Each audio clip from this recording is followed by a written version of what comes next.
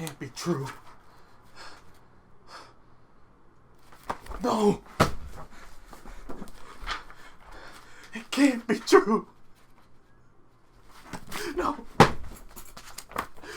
It can't be true! No! It can't! It goddamn can't be true!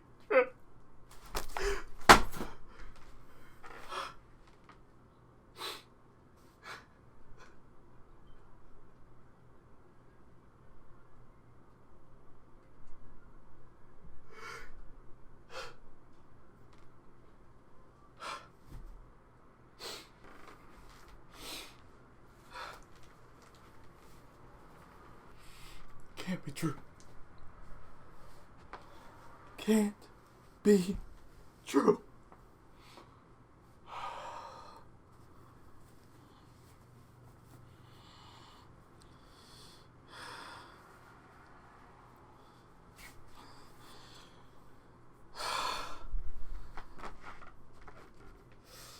Hype! The hype is too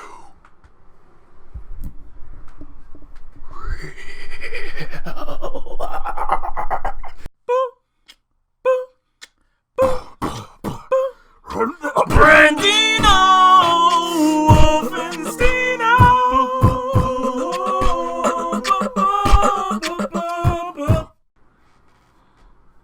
Ladies and gentlemen, if you couldn't tell already, none of my books can explain this. None of my prior knowledge can explain this. I had to stop watching One Piece because I couldn't explain this.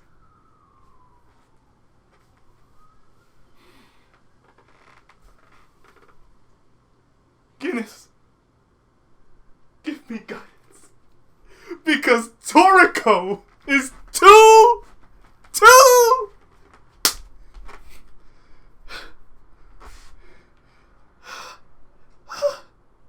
hype! Toriko's too hype!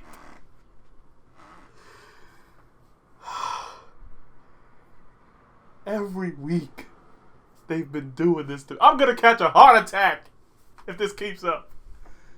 I had to do the Zoro head tie. Do a 100-pound strike. Just to knock away some of the hype.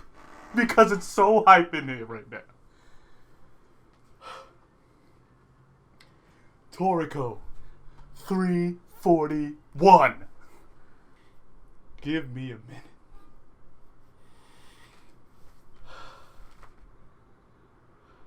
Wolves on top of wolves with extensive knowledge on wolves. This chapter is too hype. This chapter is too hype. Too hype! So the chapter opens up where they started labeling the little pieces of Asia's demon as like A, B, C, or whatever, by the zone that they landed in. The first landed in Area 7. And as you know, that's probably the worst place to start.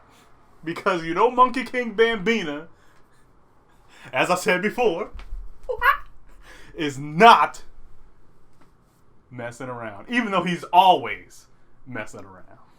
The creature comes in, and they have, like, you can tell, like, the difference between speech bubble and, like, narration. The narration is always in a square.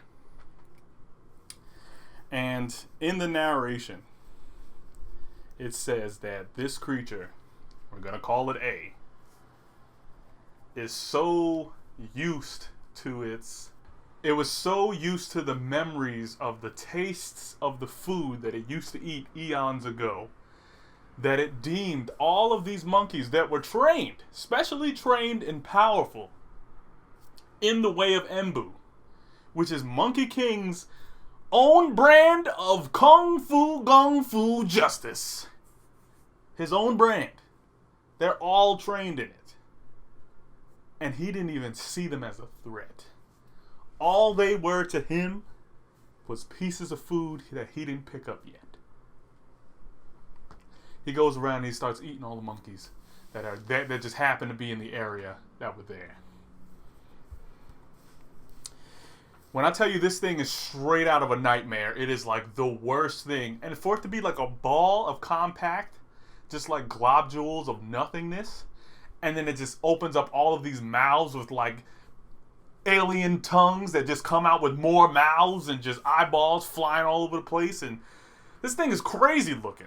And it's been eating all of these monkeys back and forth.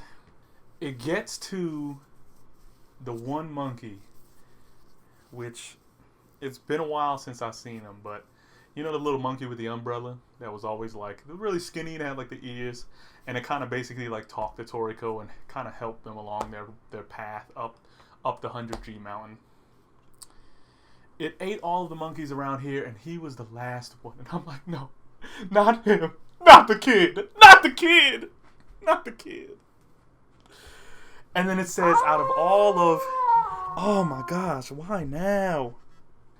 So it says out of all of the methods that it uses, because it can use any type of method to kind of cook its food. Really, it's not cooking it, it's just eating it live, but it's just different ways of its eating it. So it said out of all of its methods, its favorite method is to strike so much fear into this creature, whatever it's about to eat, to the point where they're at the point of just like heart attack, collapse. The fear is so heightened that they could just split in half because they're so scared. It loves to do this. It gets him so scared that he's basically ready to give up on life.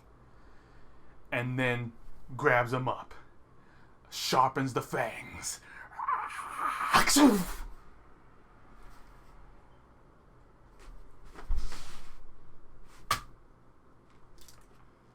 For a second, I thought that was Wolf King Guinness.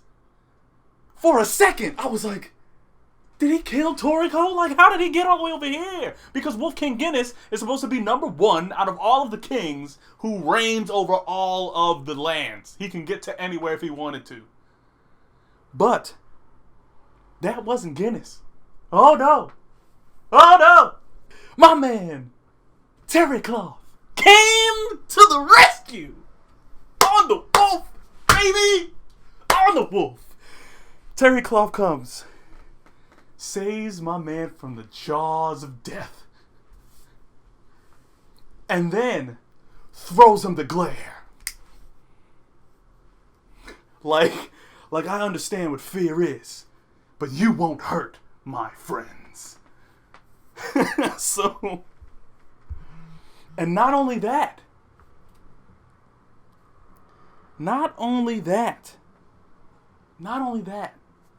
Kiss and Queen both had a whole new look in their eyes, because training with Bambina has taught them that their bloodline is so strong and they really should have nothing to fear in any form.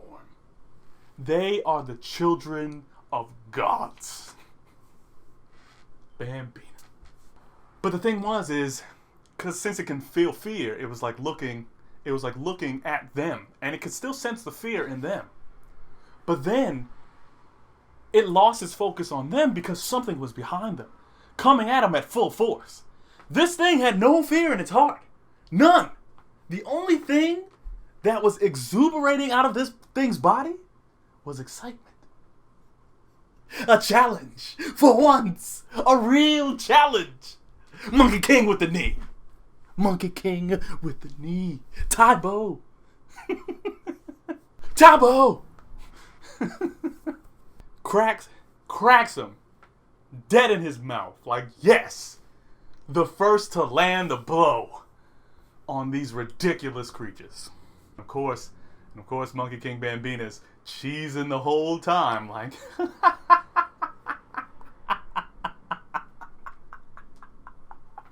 So then we go back on down the road, back on down to Area 8. The creature landed, and remember how when it was about to fight Jiro, it can like change its shape?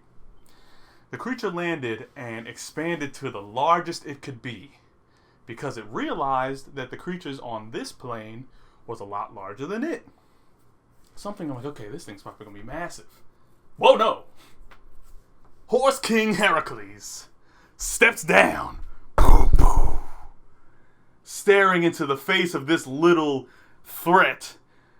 And I'm like, does this thing, I mean, I know it's extremely powerful, and we've seen what it can do to like really high-ranking creatures. But come on. Is this thing really going to try to step up, not just to the horses in the back? This is Heracles in the front. And the thing is, Heracles is the weakest. He's the weakest.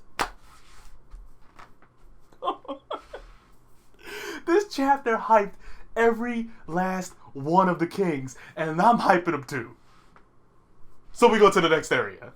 The creature flies into the ocean, swims down, notices that basically it has to get through into the back channel if it really wants to capture another. And the only thing is that as it's doing this, you know, I don't know if it's getting swallowed by him or if it's just like he's passing into, or I don't know how it works. But Whale King Moon is down there. And they're saying like Whale King Moon, as you know, great as he is, he doesn't understand that his stomach is actually the entranceway to the back. So he's like, so Whale King Moon's just floating around. I guess this thing like flew up into its stomach to try to get its hands on another, which another seems to be like a fish. So the fish can just basically move at the speed of light, and it can just jump into back, which is in Whale King Moon's stomach. Then we get to where Zebra's at, which is Area 5, which is the location of news. And as we know now, Zebra on the island that he was on is actually Deer King Sky Deer, which I wish they would have gave these guys the rest of them some better names. I feel like Mitsutoshi should have took a little bit more time on these names, on the other names at least. Because, you know, they was hyping up, you know, Emperor Crow and Mother Snake, and then they got Wolf King Guinness. So I'm thinking, and then Bambina. So I'm thinking like, you know, and then Whale King Moon, you know, so, and then Heracles. So, you know, I'm thinking like the rest of the beasts would have like a really cool name. Daros. Stuff like that. But it's just like Sky Deer. So I'm like if his name was Deer King Sky, then I could be like, okay, you know, that's a cool thing. Well, I guess his name is Sky. It's just Deer King Sky Deer. Anyway. So they're saying like Deer King Sky Deer. I just have to say the whole name. Tricol Quest. He's the gentlest of the 8 kings. He's the nicest. He's like this giant deer centipede with this giant like, or millipede with this giant like tree forestation growing out of its horns. And basically the description that they gave was like on his back, because he's so massive, on his back are all of these high-ranking creatures. There's octopus one, there's fire bear, stuff like that. And these creatures are basically here because they're keeping Deer King calm. They're there to make sure that Deer King doesn't get upset. Because you have to remember, out of most things in life, the quietest ones are probably the worst. So, Deer King is probably, even though he's the gentlest, probably has a streak of like a killer intent that's probably so high that it's unimaginable. But it ain't over. Another one lands into Area 4, that's where Sunny's at. And there it's talking about how the food is like the most delicious. The oceans are filled with sherbet and ice cream, and it's so beautiful and lovely and sweet here. And it's like the place that this thing had to have landed is probably the most horriblest place that it could have landed, which is right in front of Mother Snake's face. They're saying that basically where he landed was in front of the face of Annihilation. And Mother Snake is just staring down and I'm like, did a pebble just fall? She's probably like confused. Like, what is that little shit? Then we go to Area 3. The thing, and now remember, these things can transform their form at will. So the thing sprouts up some wings and whatever, because it knows it's going to need to fly, because it knows if it stays on the ground, and Emperor Crow sees it, death on sight. Because Adam, which is basically like a drink, is like this poison waterfall, which I'm like, how? Of course, you know, Coco and, I forget the other guy's name, because I don't pay attention to all the names. But you know the poison chef, Coco and the poison chef, you know their skills together will probably be such a good combination that it may be able to do it. But they might only make it by just like a minuscule amount just to be able to do it. But an entire waterfall of poison that's just flowing down, and Sky King Emperor Crow is up there floating around, and they said, like, basically if you get caught in his shadow, he can just throw his feathers like nothing, and they would just pierce you like bullets from the heavens and poison you to death.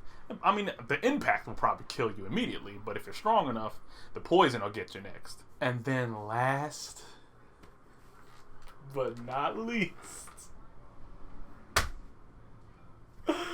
Area 2. And it says, like, this king is the king that knows about everything that's going on merely by smell. So Toriko's on the ground, and we see him there, you know, tattered and everything. He's been putting in a good fight. And you can see Star June is over there like, come on, Toriko, get up! This ain't no time! Wolf King is right there! And, like, Toriko's like, what's that I smell? I remember this. It's such an alluring smell. It reminds me of 2 years ago. Which I'm trying to figure out what he's talking about before the next chapter drops. But if anything, it's just like his original like love for food. I don't know if that's coming back, or it's just like when Terry Cloth was first born, or I don't know what he's smelling. But Toriko, of all people, would be the one to be facing off with Wolf King Guinness. But I'm surprised that we didn't see where this creature landed in Area 2, because, you know, Wolf King Guinness probably already saw it coming from the air. So he probably already knows it's there, but he sees that he has, like, you know, a couple people to deal with up in front after he took out that beast, like, crazy fast. So, basically, the chapter just ends, like, right there. Just right in the middle of a battle. And, like, I don't know what he's going to do, which I really hope that he's going to show some of the kings fight. Like, let them fight. I hope he's going to show some of the kings fighting at some point. Because I don't want him to just jump around and just show them, like, beating the crap out of this thing, or the thing miraculously beating them, which that would be like, come on. But the chapter for today, I don't know why he's doing this. I guess he just wants his fans to just be basically jumping out of their windows by the time this fight is over. Because I'm telling you, every week,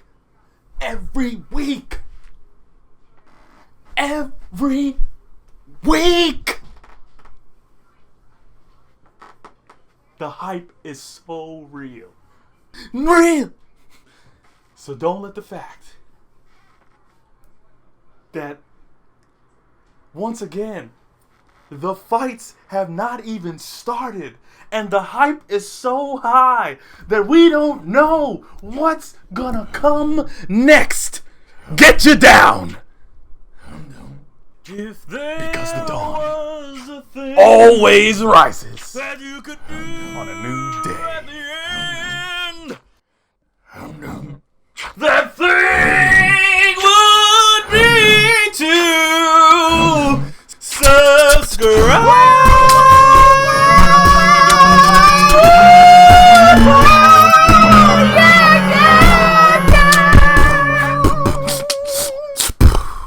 So after credit stuff. Last week's Toriko.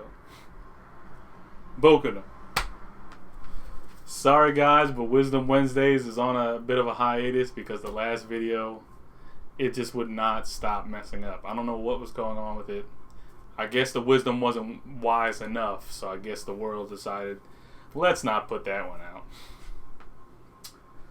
Ansatsu Kyo Ushitsu, which I'm going to actually be posting right after this. So if you see Toriko up, Ansatsu's coming up right after it. I'm going to do, it's going to be a split review because I had to split up into 2 days because I was busy. Nanatsu no Taizai and Shingeki no Kyojin.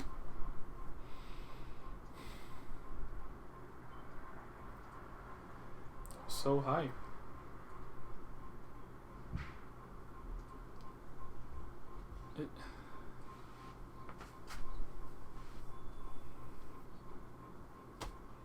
It was just, I can't, like, I can feel my heart. It was so hype.